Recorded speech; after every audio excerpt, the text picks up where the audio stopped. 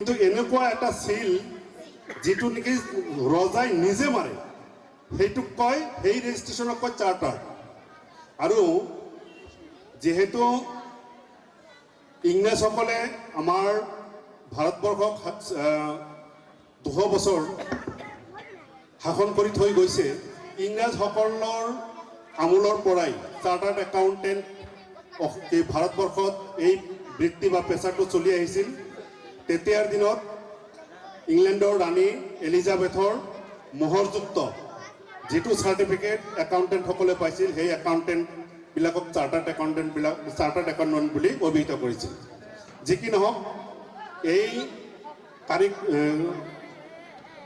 Course যেটো কম এই কোৰ্সটো পৃথিৱীৰ ভিতৰত আটাইতকৈ যি কেইটা বিষয় টান বা কঠিন বুলি বিবেচনা কৰা হয় তাৰে মাজত চাৰ্টাৰ্ড একাউণ্টেন্সিৰ কোৰ্সটো এটা বিষয় আৰু এইটো বিষয়ত মই 1999 চনত মই এডমিশন লৈছিলোঁ কলিকতাত গৈ কিন্তু দুৰ্ভাগ্যবশতঃ তিনিটা পৰ্যায়ৰ পৰীক্ষা ফাউণ্ডেশ্যন ইণ্টাৰ আৰু ফাইনেল আমাৰ LLBত যেনেকৈ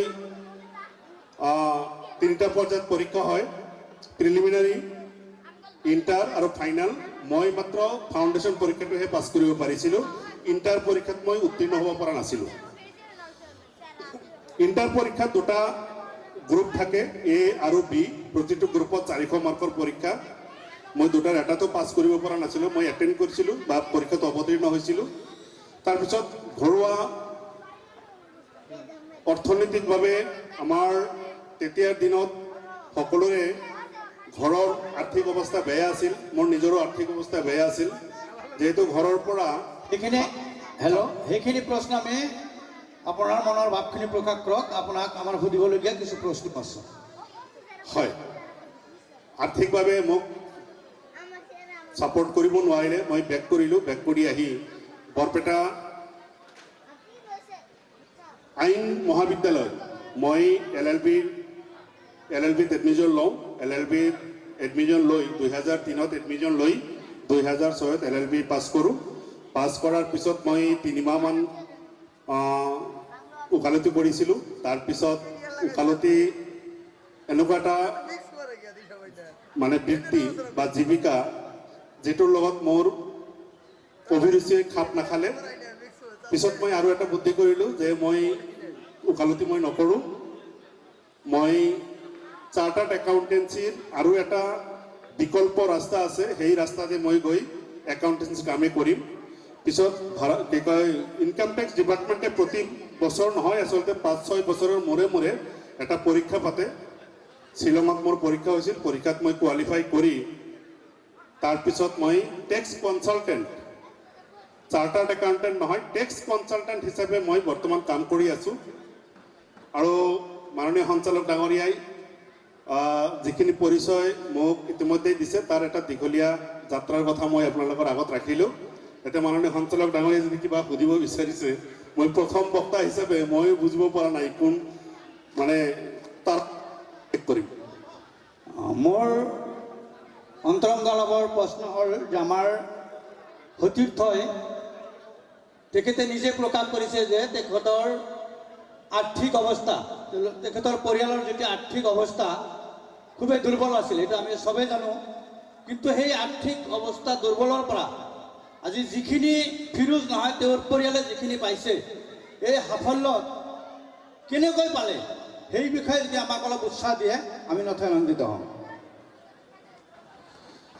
সফলতা নিৰ্ভৰ আপোনাৰ কোনো এটা বিশ্ববিদ্যালয় বা শিক্ষানুষ্ঠানৰ যি চাৰ্টিফিকেট এটাই কেতিয়াও সফলতা দিব নোৱাৰে চাৰ্টিফিকেটে আপোনাৰ সফলতাৰ কাম এটাৰ ক্ষেত্ৰত সহায়হে কৰিব পাৰে মই কোনটো কাম কৰিম মোৰ যদি প্ৰফেশ্যনেলি সেই কামৰ লগত সংগতি থকা যিটো কোৰ্স বা ডিগ্ৰী লাগে সেই ডিগ্ৰীটো যদি মোৰ থাকে তেতিয়াহ'লে মই সেই কামটো কৰিব পাৰোঁ জাষ্ট কিন্তু সফলতা আহিব আপুনি যিটো কাম কৰি আছে সেই কামটো আপুনি কিমান একাগ্ৰতাৰে কৰি আছে, কিমান মনোযোগ দি কৰি আছে, কিমান তাতে কষ্ট আপুনি কষ্ট কৰিছে, নতুন নতুন বিষয় জনাৰ চেষ্টা কৰিছে, মানুহৰ সমস্যাবিলাক আপুনি নিজৰ সমস্যা বুলি যিমান বেছিকৈ সমাধান কৰাৰ চেষ্টা কৰিব, দেখিব উকিলে হওক, ডক্টৰ হওক, চাৰ্টাৰ্ড একাউণ্টেণ্টে হওক বা বাকী যিবিলাক সেল্ফ এমপ্লয়মেণ্টত থকা জীৱিকা আছে, প্ৰতিটো জীৱিকাত এতিয়া আমি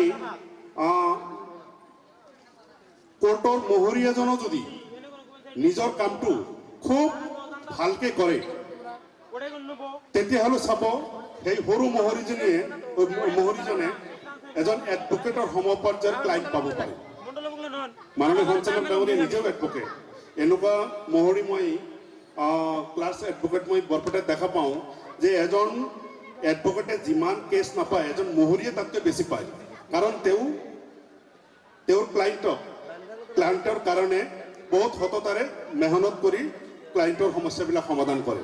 ঠিক মোৰ ক্ষেত্ৰতো তেনেকুৱা হৈছিলে। মোৰ এটা সৌভাগ্য যে বৰপেটা জিলাত মই আমাৰ কমিউনিটিৰ পৰা একমাত্ৰ টেক্স কনচালটেণ্ট ফিৰোজ আহমেদ। যোৱা 15 বছৰ একেৰাহে মই এজনে হৈ আছিলোঁ। এতিয়া 2-4 জন আৰু ওলাইছে, কিন্তু তেওঁলোকৰ কোৱালিফিকেশ্যন নাই বা থাকিলেও একেবাৰে নতুনকৈ আৰম্ভ কৰিছে। গতিকে যোৱা 15 বছৰ 18 বছৰো হৈছে। 18 বছৰত আমাৰ কমিউনিটিৰ পৰা যিহেতু মই একমাত্ৰ কনচালটেণ্ট আছিলোঁ, মানুহৰ এটা নিজৰ বুলি এটা মনত ভাৱ এটা হয়তো জন্মিছে যে আমাৰে ল'ৰা, আমাৰে মানুহ। গতিকে তেনেকুৱা ক্ষেত্ৰত মই অধিকৰ পৰা অধিক সংখ্যক মানুহক মই ছাৰ্ভিচ দিব পাৰিম। অলপ আপ্লুত হৈছোঁ। মই এটা সময়ত ভবাই নাছিলোঁ য়োগাৰ ওপৰত মই কিবা এটা কৰিম বুলি। লাহে লাহে লাহে লাহে মই গৈ এতিয়া এটা পৰ্যায় পাইছোঁ য়োগাখনত। প্ৰথম এইখন স্কুলৰ ফাংচন বা তেনেকুৱা সৰু সুৰা অনুষ্ঠানবিলাকত মই য়োগাখন প্ৰদৰ্শন কৰিছিলোঁ। আৰু যিটো সময়ত যোগৰ ওপৰত সাধাৰণতে মানুহৰ চিন্তাও কৰা নাছিলে, 90 চনৰ আগৰ 85-86ৰ পৰা মই 85ৰ পৰা আৰম্ভ কৰিছোঁ য়োগাখন। 90ত মই অল আছাম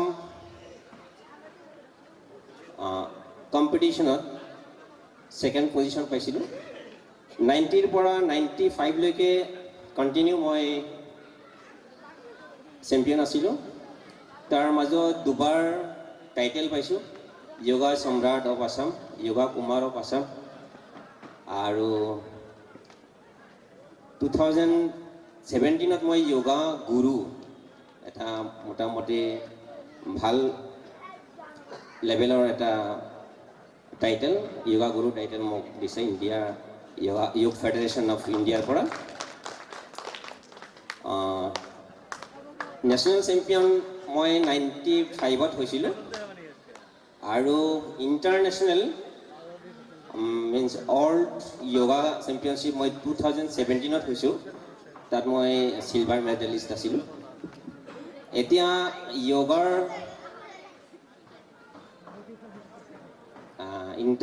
নেশ্যনেল লেভেলত চেম্পিয়নশ্বিপত মই জাজ কৰোঁ আৰু ইণ্টাৰনেশ্যনেলতো মই জাজ কৰোঁ। ইতিমধ্যে মই য়োগাত ডক্টৰ কৰিছোঁ। য়োগা আৰু নেচাৰোপেথিত মই ডক্টৰ কৰিছোঁ।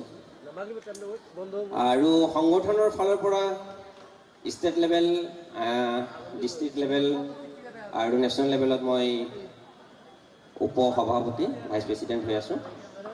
আৰু ইণ্টাৰনেশ্যনেল বডিটো মই মেম্বাৰশ্বিপ হিচাপে আছোঁ। আৰু এতিয়া য়োগাৰ মোটামুটি ক'ব গ'লে বয়সত যদিও মই সৰু, কিন্তু য়োগাৰ লাইনত যথেষ্টখিনি সন্মান মই পাওঁ। মোক ইতিমধ্যে কেনে কৈছে বোলে মাত্ৰ 2 মিনিট সময় আপুনি ক'ব। অ'কে, যি নহওক, য়োগা এইখিনি মোৰ কেৰিয়াৰ হিচাপে, কিন্তু সকলোৱে যোগ কৰিব লাগে। এনেকুৱা নহয় যে অকল বৃদ্ধ বয়সতহে মানুহক আমি, বা এজ এ ডক্টৰ হিচাপে মই য়োগাৰ পেচেণ্টবিলাক পাওঁ আৰু চাওঁ। তো যেতিয়া ডক্টৰে প্ৰেছক্ৰাইব কৰে যে আপুনি যোগা কৰিব লাগিব, তেতিয়াহে মানুহখিনি যোগাৰ ওচৰত আহে বা এজন ভাল যোগৰ মানুহ বিচাৰি আহে। কিন্তু সাধাৰণতে মানুহ যোগৰ আশ্ৰয় নলয়। কিন্তু যোগৰ দ্বাৰা আমি যথেষ্ট ক্ৰিটিকেল বেমাৰো অতি সহজে ভাল কৰিব পাৰোঁ। তো এতিয়া যদি আপোনাৰ কিবা সুধিব লগা থাকে ইতিমধ্যে সুধিব পাৰে। আমাৰ সতীৰ্থ তেখেতে বহুত জ্ঞানী যোগাৰ ক্ষেত্ৰত, যিটো আমি ভাবিব নোৱাৰোঁ। ইমানখিনি প্ৰতিভা আপোনাৰ আছে, তাৰ কাৰণে আমাৰ সতীৰ্থ সন্মিলনৰ পৰা আপোনাক ধন্যবাদ জনাইছোঁ। এতিয়া আপুনি কওক যে যোগা কৰিলে আমাৰ কি উপকাৰ হয় আৰু কোনটো বয়সত কৰিব লাগে? যদি তেনেকুৱা কিবা আছে আপুনি 2 মিনিটত এইটো ক'ব, তাৰপিছত আমাৰ নামাজৰ বিৰতি হ'ব। যোগৰ কোনো বয়স ঠিক তেনেকৈ নাই, হ'লেও